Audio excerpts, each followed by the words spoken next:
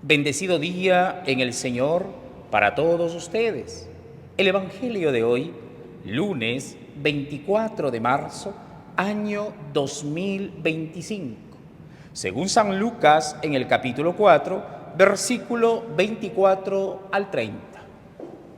En aquel tiempo, Jesús llegó a Nazaret, entró a la sinagoga y dijo al pueblo: yo les aseguro que nadie es profeta en su tierra.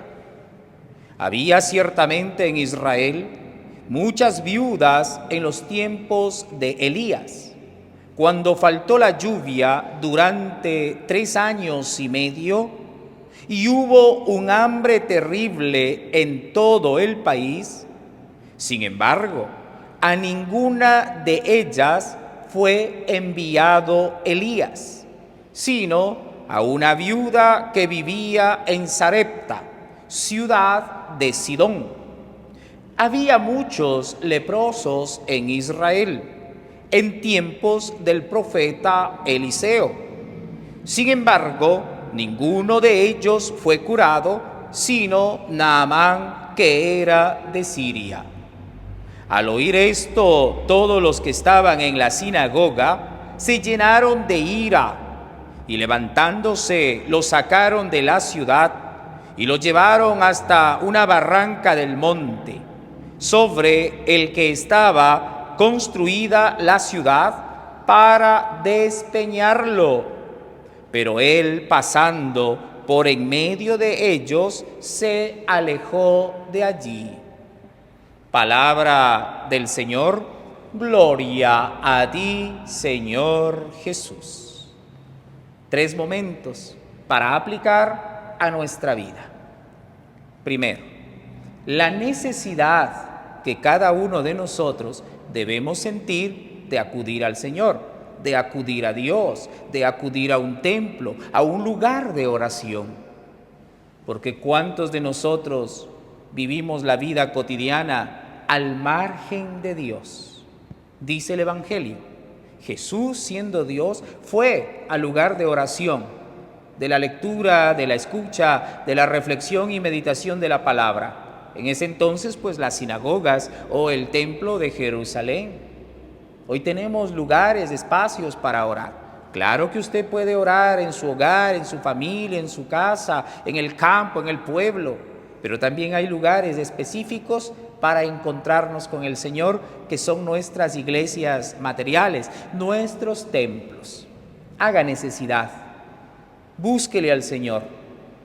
Pero también el Señor quiere que nosotros seamos verdaderos profetas, recordando nuestro bautismo.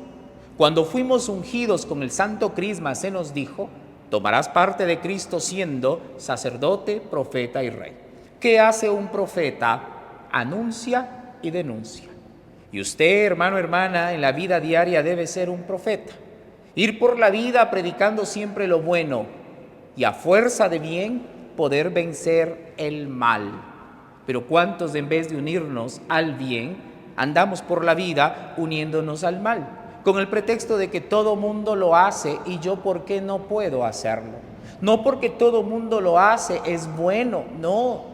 Nosotros tenemos esa capacidad que Dios nos ha dado para poder discernir lo que nos conviene y lo que no nos conviene. Reflexionemos.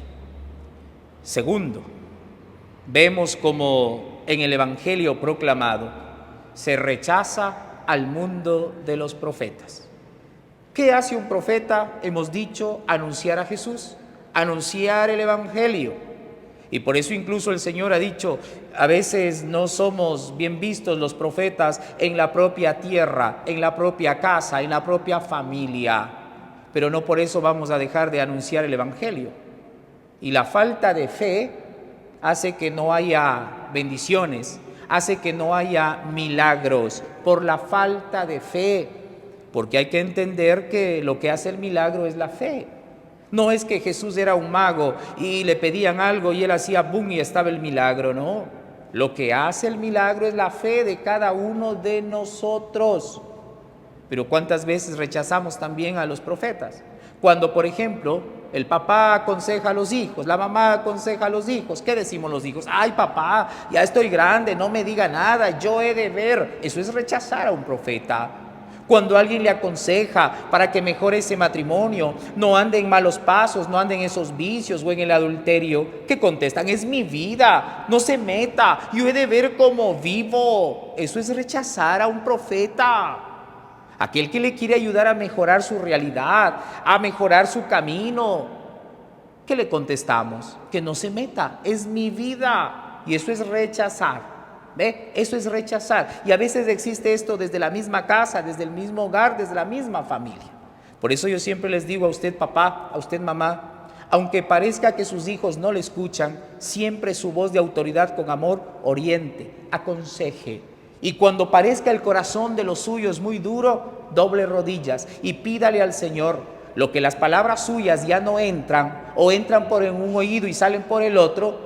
Cuando usted le pide a Dios, Dios toca y llega hasta los corazones más cerrados, más duros y más tercos.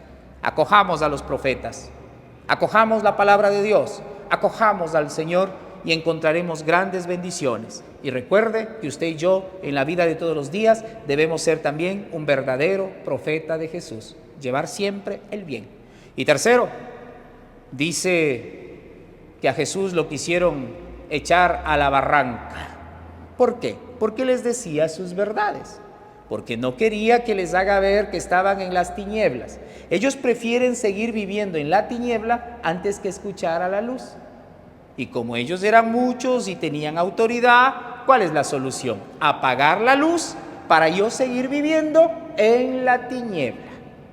Y por eso dice Jesús, se quedó quieto, callado, y por en medio de ellos se fue.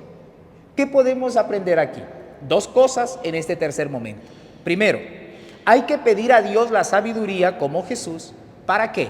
Cuando estamos en un aprieto, en un apuro, en un problema, en algo difícil. Señor, dame sabiduría para saber si aquí me debo quedar o mejor me debo ir. Dame sabiduría para saber si debo hablar o mejor me debo callar. Porque a veces nos volvemos torpes y nos quedamos donde no debemos quedarnos y hablamos cuando no debemos hablar. Y en vez de mejorar la situación, a veces empeoramos, porque ahí es donde el diablo aprovecha. Nos pone la ira, nos pone ese coraje y ya no pensamos lo que estamos hablando. Y en vez de solucionar, a veces se embarran peor las cosas. Y lo otro, también nosotros podemos de pronto mandar al barranco a Jesús. ¿Cuándo? Cuando no queremos ir a misa, cuando no queremos orar, cuando no queremos vivir los sacramentos, cuando no queremos leer la palabra de Dios, cuando esa Biblia está ya empolvada, cuando ni siquiera la abrimos, cuando no dedicamos tiempo, cuando alguien le dice vamos a misa, vamos a orar, vamos a Jesús, yo no voy, yo no tengo tiempo para esas cosas. Eso significa también, eso significa también echar al barranco a Jesús. Y cuando Jesús debe estar por encima de todo, para que nosotros no vayamos al barranco por nuestro mal uso de la libertad. Que Dios les bendiga, el Señor esté con ustedes y la bendición de Dios Todopoderoso, el Padre, el Hijo y el Espíritu Santo, descienda sobre ustedes y los acompañe siempre. Amén.